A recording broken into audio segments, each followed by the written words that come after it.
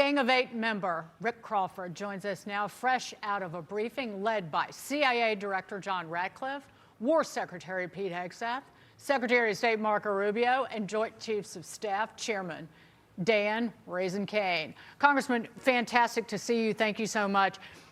Listening to Marco Rubio earlier, he gave the kind of clearest, my opinion, clearest, most concise answers to what's the objective and why now. So answer this and talk about anything you want to from the briefing. But he said explicitly on the why now, we knew there would be an Israeli action, and we knew that would precipitate an attack against American forces. If we did not preemptively go after them, they would launch those attacks, and we would suffer higher casualties and higher numbers killed. How is that not Israel leading us to war? Well, I think obviously if you know in advance that something's going to happen, and you know what the likelihood that action would be in terms of hurting U.S. citizens and assets in the region, you would be derelict in your duty to not take the appropriate posture. So we don't control Israel's foreign policy, but we do control ours. And I think that's what you've seen this administration do, understanding that this case has been made for 47 years. We've been at war with Iran for 47 years. It's just now that we have a president who's willing to end it. We knew that this was coming, and we had to take the proactive steps to protect U.S. interests and troops in the region. Congress, let me just press that a little bit more. Like Dagan, I'm interested in what Secretary Rubio said there. On one hand, it sounded like he was saying Israel was going to do this, and so we adapted and went in ourselves.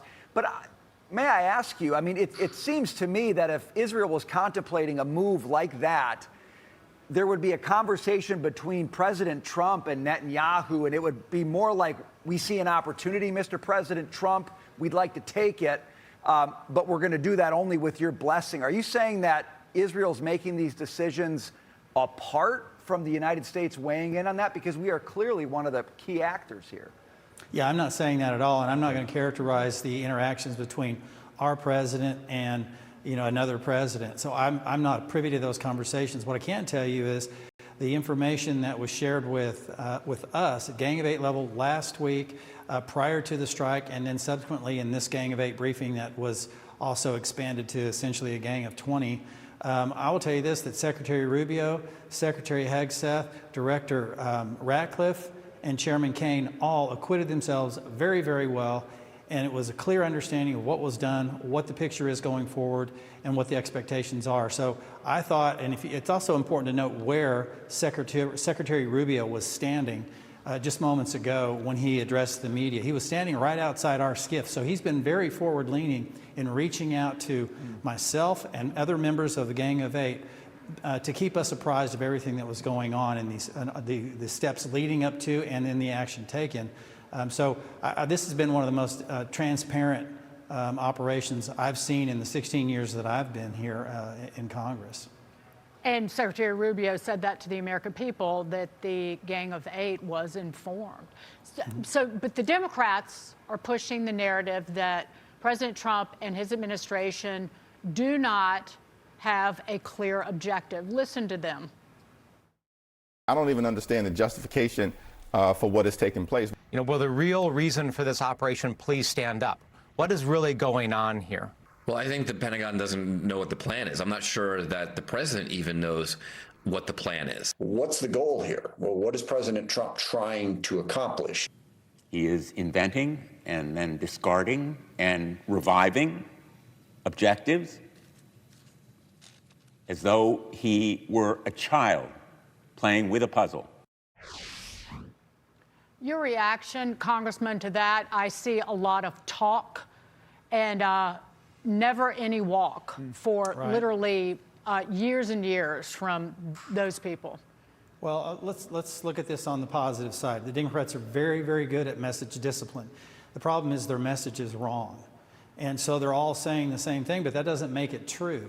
The truth of the matter is there have been very clear objectives stated here. Secretary Rubio has indicated what those objectives were, and degrading the Iranian ability to continue to manufacture ballistic missiles is one of those, and to take out their delivery systems, that's another. Short range, medium range, long range missiles.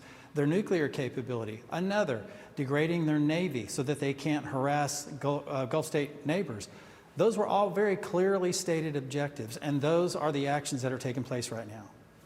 Congressman, I want to get you on this as well. Your colleagues are debating a war powers resolution.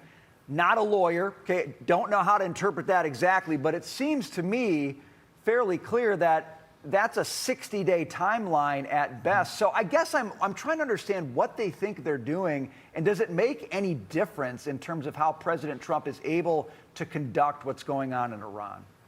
Well, this is a reflexive response on the part of the Democrats. If we're being honest about it, it doesn't matter what the president does, they're going to want to change the rules.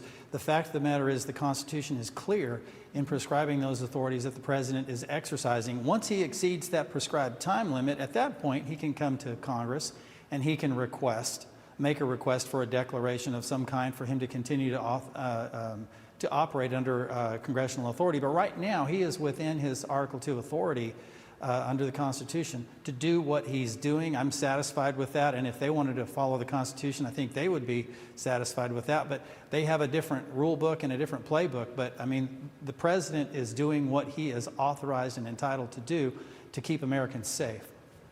The Ro Khanna Tom Massey act that will be voted on later this week, will it pass to constrain this administration when we are literally at war with a sworn enemy? Well, that's a good question. I don't know. It'll be interesting to see, but keep in mind that's just only one portion of the legislative process. And in the end, if it all did pass, you have to send it down the road to Pennsylvania Avenue down to 1600, and he's got to sign it. So I think it's more of a political exercise than anything. But I mean, let's be honest about it. The president is within his rights, and I think doing the responsible thing to protect American citizens. Chairman Rick Crawford, thanks very much for being with us tonight. You bet.